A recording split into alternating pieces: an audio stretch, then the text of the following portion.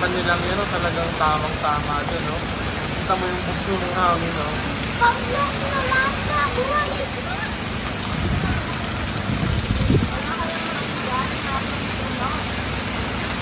Mga puno niya.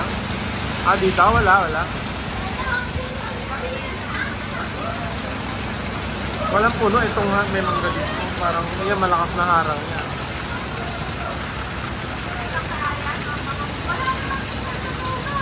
Wala, napuno ng dahon yan.